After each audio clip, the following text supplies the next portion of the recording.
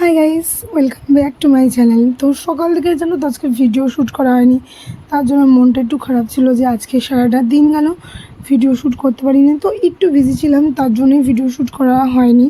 তো এখন বাজে রাত্রি 10:30। বাবা অলরেডি বাইরের ঘরে ওর ঠাম্মা দাদুর সাথে ঘুমিয়ে পড়েছে।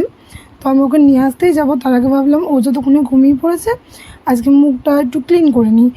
তো বয়স তো 25 পেরিয়ে যাচ্ছে বলে কথা, এখন যদি স্কিন ট্রিটমেন্ট না করি কখন করব। আর স্কিন ট্রিটমেন্ট না করলে বিভিন্ন প্রবলেম হয়, স্কিনে পিগমেন্টেশন, রিঙ্কেল, বলিরেখা, পিম্পল, বিভিন্ন ধরনের সমস্যা হতে পারে। তো সময় পাই না বলে ঠিক, সময় প্রত্যেক দিন রাত্রেই পাই, কিন্তু তখন আর এইসব স্কিন ট্রিটমেন্ট করার ইচ্ছা থাকে না। ফোনের মধ্যে মুখ বুঝে কতক্ষণে পড়ে থাকবো সেই কথা ভাবি। তো ভাবলাম আজকে যতক্ষণে ভিডিও শ্যুট করা হয়নি, তো স্কিনটা যতক্ষণে রাত্রিবেলা করে ক্লিন করবো সেই ভিডিওটাই তোমাদের সাথে শ্যুট করেছি। তো প্রথমে আমি একটা ওয়াইপস নিয়ে মুখটা ভালোভাবে ক্লিন করে নিয়েছি।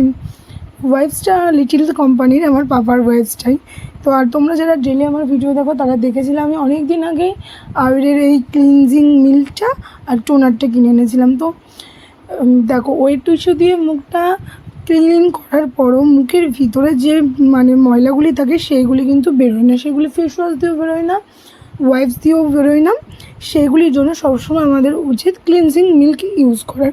সেটা তোমরা যে কোনো কোম্পানির করতে পারো। ক্লিনজিং মিল্কের কাজটা কি, তোমাদের মুখের ভিতরে লোমকূপের ভিতরে যে ময়লাগুলি থাকে সেটা পুরো টেনে বের করে মুখটাকে পুরো ক্লিন করে তোলে।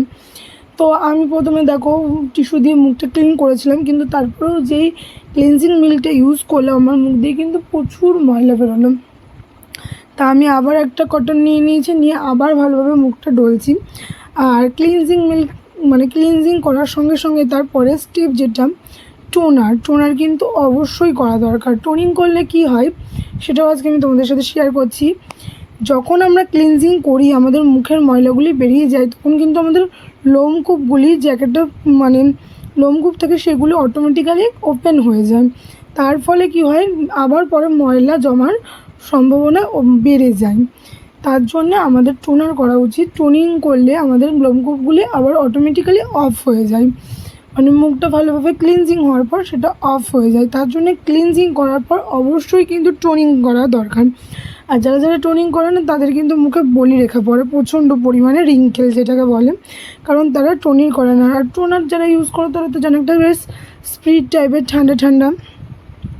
তো আমি জানো তো অনেক বছর আগে যখন আমার কলেজ লাইফে ছিলাম বা স্কুল লাইফে ছিলাম, আমি এই ক্লিনজিং, টোনিং, ময়েশ্চারিং প্রত্যেক দিন রাত্রে করতাম।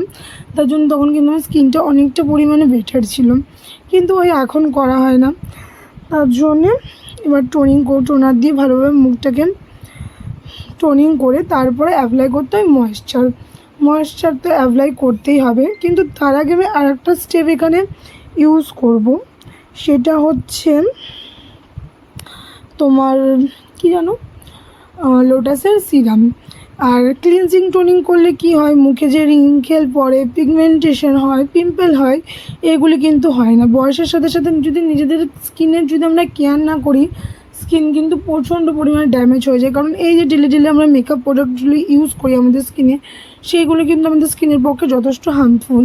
আর এই লোটাসের সিরামটা, এটা হচ্ছে 300 ml এর দাম 945 টাকা। এটা আমাকে গিফট করেছিল, তাহলে আমি কখনো এত এক্সপেন্সিভ সিরাম কখনোই ফেসে ইউজ করার কথা স্বপ্নেও ভাবি না।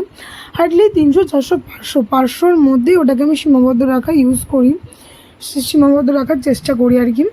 তো আমি গার্নিয়ারের ভিটামিন সি সিরাম ইউজ করেছিলাম এর আগে, ওটা খুব ভালো সিরাম, আমার সবথেকে ফেভারিট সিরামের মধ্যে ওটা একটা অন্যতম বলতে পারো। আর এই সিরামটাও ভালো, একদম যে খারাপ সেটা আমি বলবো না, কিন্তু দাম অনুযায়ী অতটাও ভালো বলবো না। 945 টাকা, 1000 টাকা থেকে মাত্র 55 টাকা কম। 55 টাকা কম করে রেখে কী লাভ, 55 টাকাও দিয়ে পুরো 1000 MRP করে দিত। তা যতক্ষণ পর্যন্ত না সিরামটা আমার স্কিনে অ্যাবজর্ব হবে ততক্ষণ পর্যন্ত কিন্তু আমি অন্য কিছুই ইউজ করব না। তো সিরামটা অ্যাবজর্ব হতে হতে আমি ভাবলাম যে আমার চুলটাকে আমি বেঁধে নিই।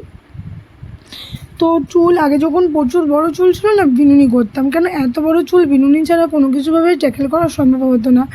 কিন্তু এখন যেহেতু চুলটা আমার অনেক ছোট, আমি নর্মালি ব্রাশ দিয়ে কম করে জাস্ট ফ্রন্টে একটা ক্লেচার দিয়ে চুলটা আটকে রাখি নর্মালি। এটাই আমার কাছে অনেকটা পরিমাণে ইজি মনে হয়। আর চুলটার শ্যাম্পু করতে হবে, আমি এখন সপ্তাহে 2 দিন করে শ্যাম্পু করছি। আর ওই এর আগের দিন যে তোমাদের ভিডিওটি শেয়ার করেছিলাম না, যে শ্যাম্পু করা 2-3 ঘন্টা আগে হট অয়েল ম্যাসাজ করা বা অয়েল ম্যাসাজ করা, ওটা করে কিন্তু আমি খুব ভালো রেজাল্ট পাচ্ছি। আগের মতন আমার চুলটা একদমই ড্রাই নেই।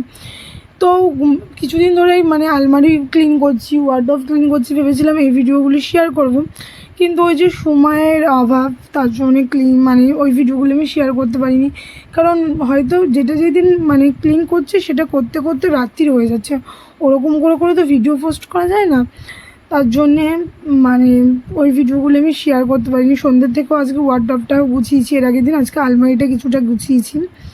তো এই দেখো নর্মাল একটা ক্লিপ দিয়ে আটকে নিলাম একদম ইজিলি। আমার মতন এরকমভাবে চুল হয়তো রাত্রে কেউ বাঁধে না, আমি বাঁধি। এটাতে আমার সুবিধা হয়, আর এটাতে আমি ভালোভাবে ঘুমাতেও পারি কমফোর্টেবলভাবে, আমার কোনো প্রবলেম হয় না।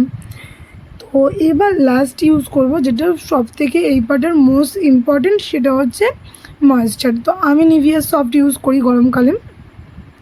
তো এবার এই নিভিয়া সফটটা ইউজ করব। ইউজ করতে করতে তোমাদের কিছু জিনিস আমি কাছ থেকে দেখাবো, যেটা আজকে তোমরা ভিডিওটা দেখলে ক্লিয়ার হতে পারবে। আমি প্রথমেই শুরুতে বলেছি, আমি কিন্তু ডেলি আমার ফেস ক্লিন আপ করি না বা নাইট কেয়ার করি না।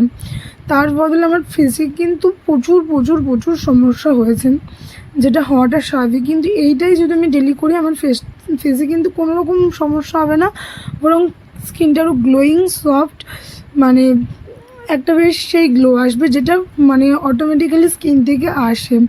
কোনো হাইলাইটার দিয়ে যে গ্লো আসে সেই গ্লো কিন্তু আসবে না, কিন্তু একটা নেচার থেকে বেশ একটা গ্লোয়িং ভাব আসবে। কিন্তু আমি তো করি না না।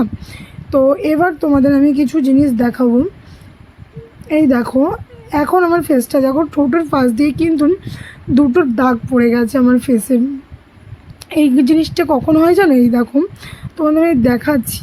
এই দেখো, যখন আমি ঠোঁটটা ভাঁজ করছি, এটা কিন্তু মুখে স্পট পড়েছে, বয়সের ছাপ বলতে পারো। এইটা যদি ডেলি ডেলি আমি ফেস ক্লিন করি, এই 2টো ঠোঁটের পাশ দিয়ে কিন্তু হবে না, কিন্তু আমি সেটা করি না। তার জন্যে এই জায়গাটা আমার প্রচণ্ড ড্রাই হয়ে গেছে। আর এই যে ঠোঁটের 2 সাইড দিয়ে নাকের এই পোর্শন দিয়ে যে গোল দাগটা, এই দাগগুলি কিন্তু হয় না। এই যে দেখেছো, যদি ডেলি ডেলি আমি ফেসটা একটা ক্রিম দিয়ে ম্যাসাজ করি, সেই দাগগুলি কিন্তু হয় না। তারপরে দেখো, আমার 2 চোখের পাশ দিয়ে আমি ভালোভাবে দেখাবো, আমার কিন্তু পিগমেন্টেশন হয়েছে, ব্ল্যাক হেডস যাকে বলে। এই দেখেছো, এইগুলিও কিন্তু হতো না যদি স্কিনটা আমি প্রপারলি ক্লিয়ার রাখি, কিন্তু ওই যে করে। তো আজকের ভিডিওটা এইটুকুনি। বাই, ভালো থেকো, সুস্থ থেকো, সঙ্গে থেকো, আর পাশে থেকো।